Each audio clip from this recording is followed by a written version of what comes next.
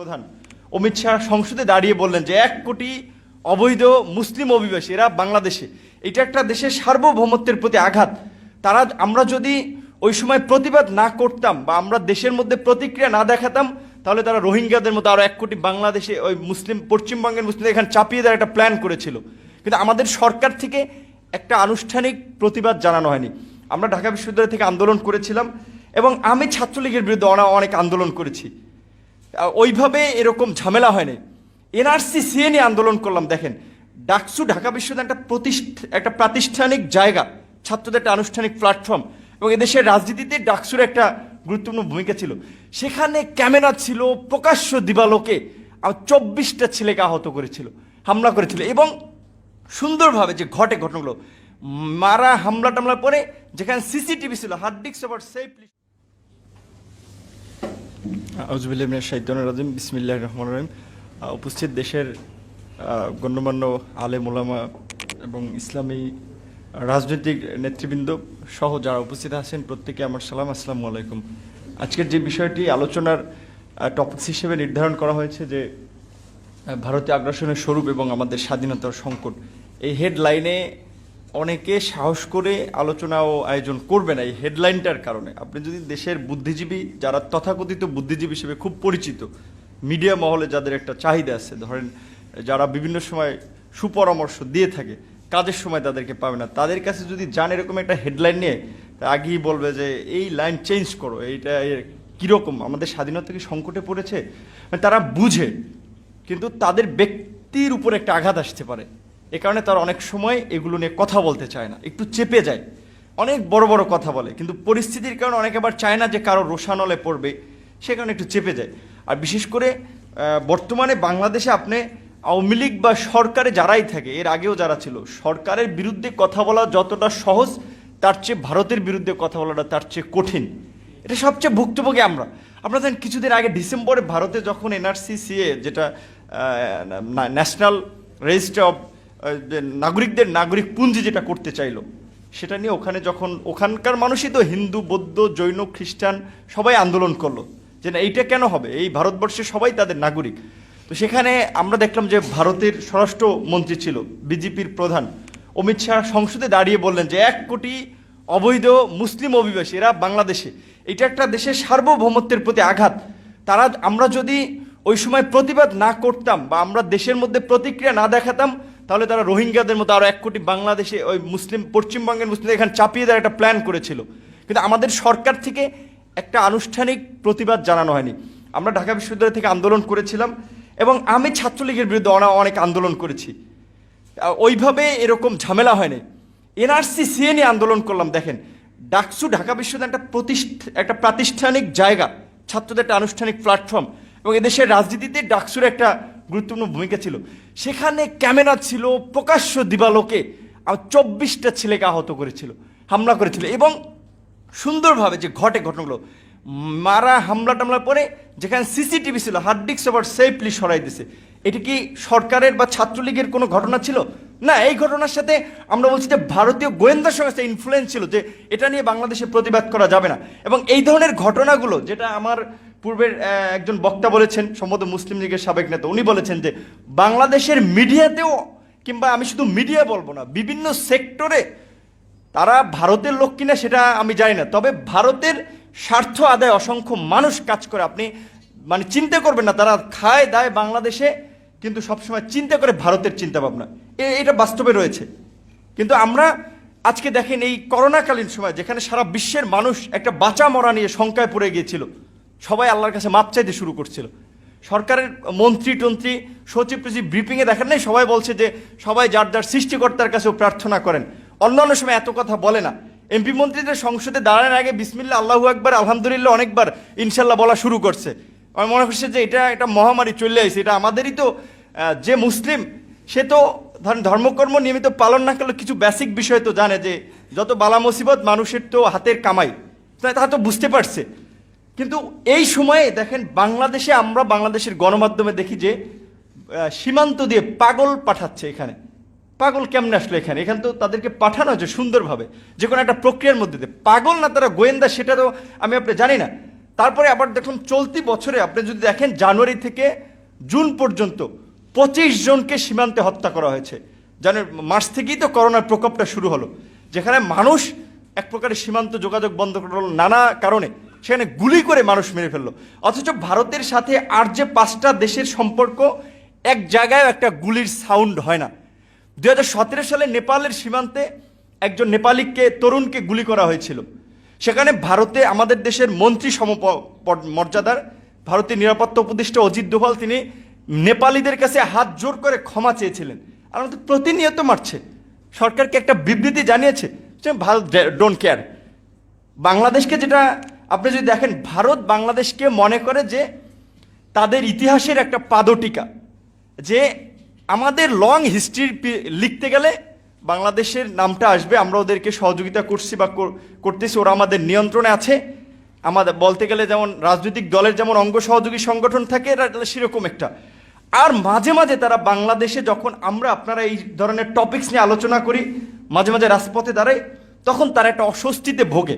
But এছাড়া কিন্তু বাংলাদেশকে তারা ওইভাবে গুরুত্ব দেয় না, কারণ জানে যে এখানকার ক্ষমতার নাটাই, প্রশাসনিক নাটাই, রাজনৈতিক নাটাই সব তাদের হাতে। আপনি চাইলে কিচ্ছু করতে পারবেন না। 1/11-এর সময় পরিস্থিতি দেখেছেন না? 1/11-এর যে সেনাপ্রধান জেনারেল মঈন আহমেদ একটা বই লিখেছে, ওই বইতে লিখেছে যে তারা যখন ক্ষমতা নেবে এখানকার, তিনি ভারতের প্রধানমন্ত্রী মনমোহন সিংকে বলেছিলেন যে এই পরিস্থিতিতে দেশে এরকম হবে, এখন আমরা আপনার সহযোগিতা চাই। তার সহযোগিতা চেয়েছিল, বিকজ তারা বুঝতে পেরেছিল যে তারা আর্মি যদি ক্ষমতায় নেয়, মিলিটারি পাওয়ারে আসে, বা যেহেতু রাজনৈতিক নাটাইটা তাদের হাতে, সুতরাং তাদেরকে লাগবে। তখন তার পজিটিভ একটা রিভিউ ছিল। ইভেন আপনার যে তত্ত্বাবধায়ক সরকার নিয়েও যে ওই সময়ে যে ধরেন তত্ত্বাবধায়ক সরকার ব্যবস্থা নিয়েও কারা গঠিত হবে, কি প্রক্রিয়া ফর্ম হবে, আমাদের সেখান তো ধরেন 2008 সালের নির্বাচন তো আপনার জানেন, অস্কার ফার্নান্দেস তারানকো, জাতিসংঘের মহাসচিব, সহকারী মহাসচিব, নানান ব্যক্তিরা এসেছিল। লন্ডনের ইকোনমিস্ট পত্রিকায় ভারতের প্রভাব নিয়ে তত্ত্বাবধায়ক সরকার গঠনে বা তাদের একেবারে জড়িত হওয়া নিয়ে বেশ বিশ্লেষণধর্মী কয়েকটা রিপোর্ট প্রকাশ করেছিল। তার মানে যে ওই তত্ত্বাবধায়ক সরকার গঠন প্রক্রিয়ায় ভারতের সেখানে একেবারেই ডাইরেক্ট ইন্টারফেয়ার ছিল। আবার সেই তত্ত্বাবধায়ক সরকার ব্যবস্থা বাংলাদেশ, যে আওয়ামী লীগ একসময় রাজপথে লড়াই করেছে বা সব দলগুলো, আবার আওয়ামী লীগ এসে কলমের খোঁজায় সেই তত্ত্বাবধায়ক সরকার ব্যবস্থা দূর করে দিল। যেহেতু ভারত তত্ত্বাবধায়ক সরকার ব্যবস্থায় সমর্থন ছিল, হয়তো রিমুভ করার পেছনেও তাদের একটা ইঙ্গিত ছিল যে তোমরা করো, আমরা আছি তোমাদের পিছনে। কারণ বাংলাদেশের কূটনৈতিক সম্পর্ক যদি দেখেন, সেখানে ভারতের সাথে 90-এর দশক সময়টা মোটামুটি একটু লিবারেল, একটু সক্রিয় কূটনৈতিক সম্পর্ক ছিল।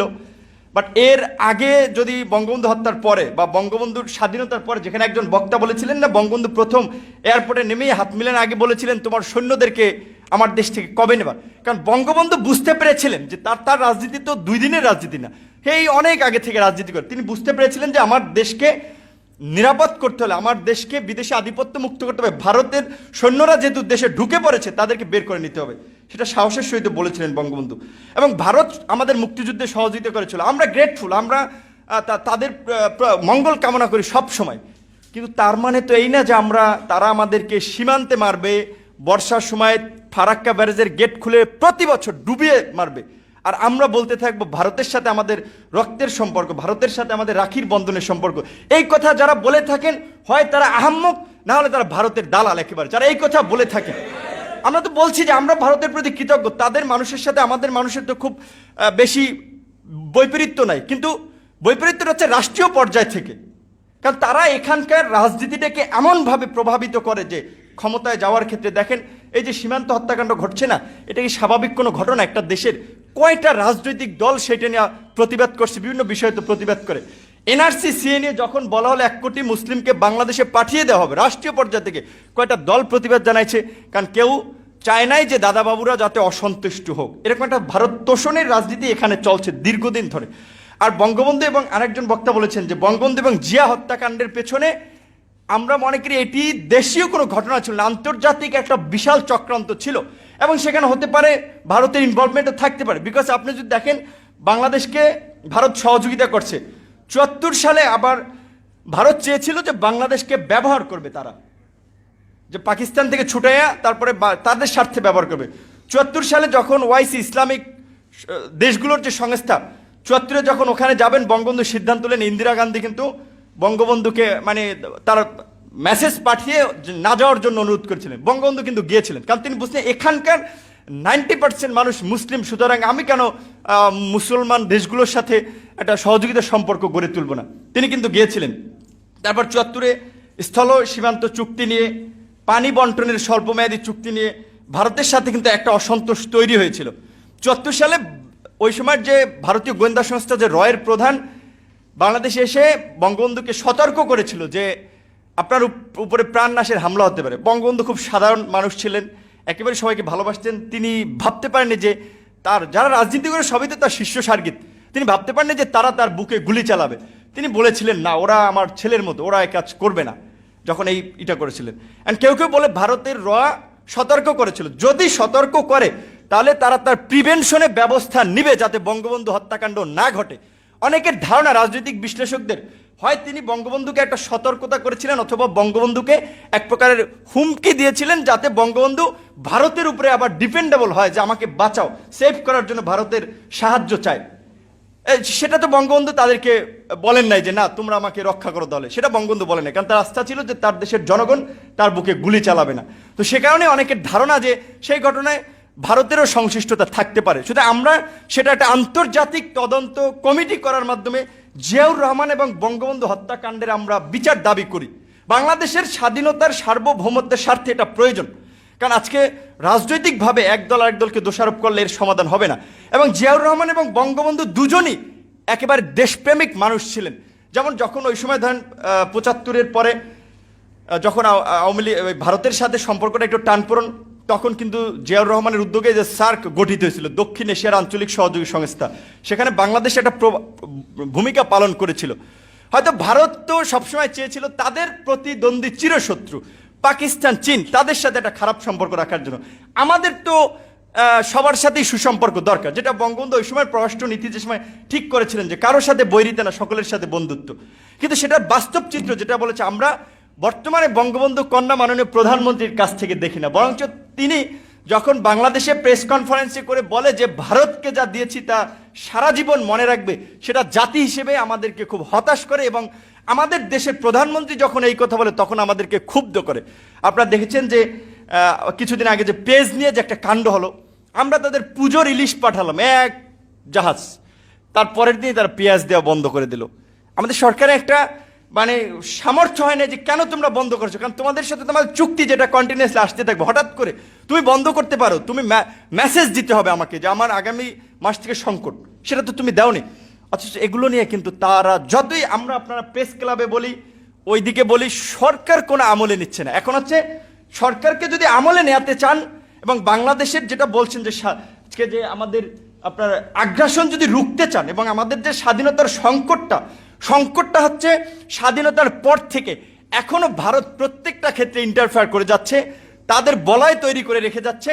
বাংলাদেশকে যেটা বলছে যে সিকিমের মতো নিবে না, কিন্তু বাংলাদেশকে শোষণ করবে রাজনৈতিকভাবে, অর্থনৈতিকভাবে, এবং তাদের হাতের পুতুল বানিয়ে রাখতে চাবে। সুতরাং সেখান থেকে যদি মুক্ত করতে চান তাহলে আমাদের ইসলামিক, অন ইসলামিক মানে কোনো মানুষ, শুধু বাংলাদেশের যারা দেশপ্রেমিক জনগণ, তাদের একটা ঐক্য ছাড়া এই অবস্থার থেকে উত্তরণের সম্ভব না। সেজন্য আজকে ইসলামী আন্দোলনের পক্ষ থেকে এই ধরনের উদ্যোগ নেওয়া হয়েছে। এখানে অনেক ইসলামিক দলের নেতৃবৃন্দ আছেন, আমি তাদের প্রতি ধন্যবাদ জানাই। যে আপনারা অনেকে বলে যে হুজুররা খালি মসজিদ কেন্দ্রিক রাজনীতি করে, তাবলিগ কেন্দ্রিক, আপনারা আজকে আন্তর্জাতিক প্রেক্ষাপটে বর্তমানে বাংলাদেশ খুবই একটা যেমন ট্রাম্প কার্ড, মানে ট্রাম্প কার্ড বলতে আপনি যদি খেলতে পারেন আপনি জয়লাভ করবেন, আর যদি আমরা কারো খেলার পাত্র হই তাহলে আমাদের নিয়ে খেলবে, মানে ফুটবলের মতো, যেটা যদি আমরা প্লেয়ার হই আমরা লাথি দিতে পারবো, আর যদি ফুটবল হয় তাহলে আমাদের লাথি খাওয়া লাগবে। আজকে চীন যেভাবে বাণিজ্যিকভাবে বিশ্ব একটা রাইজিং শক্তি হচ্ছে, তারা চাচ্ছে যে বাংলাদেশে তাদের বিনিয়োগ করতে, বাংলাদেশকে হেল্প করতে, আবার ভারতও চাচ্ছে, আবার আমেরিকাও চাচ্ছে কৌশলগত কারণে যে আমাদের সাথে গুড রিলেশন তৈরি করতে। সুতরাং আমি কেন একটা দেশের উপরে ডিপেন্ডেবল হব? যেই তিস্তা চুক্তি এত বছরেও হয়নি, স্বাধীনতার 50 বছরে হয়নি, সেখানে চীন $100 কোটি তিস্তা ব্যারেজ প্রকল্পে সহায়তা করতে চাইছে। সুতরাং ভারত অখুশি হতে পারে, কিন্তু আমি কেন নিব না? তুমি তো আমাকে তিস্তা চুক্তি দিচ্ছ না। শুধু তিস্তা নয়, 54টি নদীর ন্যায্য হিস্সা আমরা পাচ্ছি না, যে কারণে বলা হচ্ছে যে আপনার শুকনা মৌসুমে উত্তরাঞ্চল ফেটে চৌচির হয়ে যায়, আর এইদিকে বর্ষার সিজনে আমাদেরকে ডুবিয়ে মারে ভারত। অথচ এই ফারাক্কা বাদ কিন্তু পরীক্ষামূলকভাবে 41 দিনের জন্য শুরু করেছিল। এবং আপনারা একটা কথা, যে মাওলানা ভাসানীকে এই দেশের মানে অন্যতম একজন নেতা বলে, আগ্রাসন বিরোধী নেতা বলা হয়, কারণ তিনি ওই সময় একটা কথা বলেছিলেন যে আমরা দিল্লির গোলামি করার জন্য পিন্ডি থেকে মুক্তি হয়নি, অর্থাৎ যে পাকিস্তানের রাজধানী ছিল, যে সেই পাকিস্তানকে ইন্ডিকেট করে বলছে যে কারণ দিল্লির দিকে তখন এভাবে আমরা দিল্লির আগ্রাসনে পরিণত হচ্ছি। কাজে আজকে সেই মাওলানা ভাসানীর সেই কথার যথার্থতা রয়েছে। আজকে এখানে আমরা রাজনৈতিক, সামাজিক, অর্থনৈতিক সব ক্ষেত্রেই ভারতীয় আগ্রাসনের শিকার। আজকে সাংস্কৃতিক ক্ষেত্রে বাংলাদেশের চ্যানেল বলেন, বিটিভি সরকারের চ্যানেলটা ওখানে দেখাতে পারেনি, অথচ ভারতের সবগুলো চ্যানেল এখানে, এবং ভারতীয় চ্যানেলে এখানকার পণ্যের অ্যাড হয়। আর তাদের সংস্কৃতি, অনেকে বলার চেষ্টা করে থাকেন যে ভারতীয় সংস্কৃতি আমাদের সংস্কৃতিটা মেলবন্ধন রয়েছে, তাদের সংস্কৃতির ক্ষেত্রে অনেক ক্ষেত্রে আমাদের ডিফারেন্স আছে, এটা মনে রাখতে হবে। কারণ আমাদের এখানকার সামাজিক মূল্যবোধ অনেকটা ভিন্ন রকম। আমরা এখানে হতে পারে একটা বিশ্ববিদ্যালয়ে পড়ুয়া একজন ছেলে টি শার্ট পরে, জিন্স পরে, কিন্তু সেও নামাজ কালাম পরে এবং ধর্ম যেই জিনিসটাকে একেবারে ব্যান করে সেটার প্রতি তার খুব একটা আগ্রহ থাকে না। কিন্তু এখন এই যে দেখেন সোশ্যাল মিডিয়ার পেজ মেজ, ভারতীয় বিভিন্ন সিরিয়াল টিরিয়াল, তারপরে আরও কি যেন বলে আপনার অনেকগুলো, এগুলো বাংলাদেশের যুব সমাজকে কিংবা বাংলাদেশের সাংস্কৃতিক ক্ষেত্রে একটা বড় ধরনের আগ্রাসন। তো আজকে এই আলোচনার জন্য আপনাদেরকে ধন্যবাদ জানাই। এবং আরেকটা কথা বলি শেষ করব, যেটা আমি বলছিলাম যে বাংলাদেশ এখন আন্তর্জাতিক ক্ষেত্রে খুবই গুরুত্বপূর্ণ। যেমন চায়না যেমন ওয়ান বেল্ট ওয়ান রোড প্রকল্পে বাংলাদেশকে নিতে চাচ্ছে, আমেরিকা সহ আবার তার মিত্ররা আবার আপনার এশিয়া প্যাসিফিক করিডোর করতে চাচ্ছে, সেখানেও তারা বাংলাদেশকে চাচ্ছে। ভারত সহযোগিতা করতে চাচ্ছে, আমাদেরকে আমেরিকা চাচ্ছে, চায়না চাচ্ছে। আমাদের স্বার্থের জন্য যাদের সাথে সম্পর্ক করার দরকার সেই সম্পর্কটা করতে হবে। আর আজকে যেহেতু ইসলামিক দল সময়ের এখানে প্রোগ্রাম, সেজন্য একটা কথা বলে শেষ করব। আমাদের দেশে রাষ্ট্রধর্ম ইসলাম, আপনারা খুব সন্তুষ্ট আছেন, রাষ্ট্রধর্ম ইসলাম, সেটা নিয়ে আমি বলছি না, আমি বলছি কিন্তু এখানকার যারা ইসলাম বা ধর্মের ক্ষেত্রে কতটুকু মূল্যায়ন পায় মানুষ। আপনি দাড়ি টুপি নিয়ে যদি চাকরি বাকরির একটা ভাইবা বোর্ডে যান, হয়তো খুব কম মানুষ আপনাকে প্রেফার করবে যে এই লোকটাকে আমরা নেই। ম্যাক্সিমাম লোকের একটা বিরূপ ধারণা যে হুজুরদের। তাহলে এই পরিবেশটা কেন তৈরি হলো? এই ব্যারিয়ারটাও ভাঙার জন্য আপনাদেরকে সমাজের সকল ধারায় মিশতে হবে, সকল জায়গায় আপনাদের প্রতিনিধিত্ব নিশ্চিত করতে হবে, এবং আপনাদেরকেও আপনাদের জায়গা থেকে দাবি জানাতে হবে। শিক্ষকদের সংগঠন আছে, শিক্ষক সমিতি, আমলাদের সংগঠন আছে, আপনাদেরও যারা বিশেষ করে ধর্মীয় বিষয়গুলোকে খুব ভালোভাবে ছড়িয়ে দিতে চান বা এই বিষয়গুলো নিয়ে কাজ করেছেন, ইসলামী চিন্তাভাবনা করেন, তাদেরকেও এই বিষয়টা আজকে সামনে আনতে হবে যে মাদ্রাসার ছাত্রদেরকে কেন বিভিন্ন ক্ষেত্রে বৈষম্যের শিকার করা হয়। দাওরা হাদিসকে মাস্টার্সের সমমান দিছে, কিন্তু দাওরা হাদিসের মাস্টার্সের সার্টিফিকেট নিয়ে একটা ছেলে জেনারেল লাইনের ছেলের সাথে কি চাকরির প্রতিযোগিতায় কোথাও টিকবে? টিকবে না। কারণ সে তো বাংলা ইংলিশ যে প্যাটার্নে কোশ্চেন হয় সেটা তো সে পরে আসে নাই, ওইভাবে চর্চা করে আসে নাই। প্রয়োজনে তাদের জন্য যে কর্মক্ষেত্রগুলো আছে সেখানে তাদেরকে ব্যবস্থা করতে হবে কর্মসংস্থানের। আপনি একজন ইমামের পিছনে নামাজ পড়তে পারেন, রাষ্ট্রপতিও তার পিছনে নামাজ পড়তে পারে। আপনি ওই ইমামকে একটা মন্ত্রিত্ব দেবেন, তা তো দিবেন না, তার পিছনে নামাজ পড়তে পারেন, মন্ত্রীও দাঁড়াই যায়। কিন্তু সুতরাং যাদের যেখানে প্রয়োজন আপনাদের অধিকার আদায়ের জন্য আপনাদেরকে কথা বলতে হবে। রাজনীতির পাশাপাশি এই যে মাদ্রাসার ছাত্র বড় একটা গোষ্ঠী, তারা যে বৈষম্য শিকার, এটাও তুলে নিয়ে আসতে হবে। এবং আজকের এই আয়োজনের জন্য বা আমাকেও ছাত্রনেতা হিসেবে এখানে ইনভাইট করার জন্য আপনাদেরকে ধন্যবাদ জানাই। আসসালামু আলাইকুম।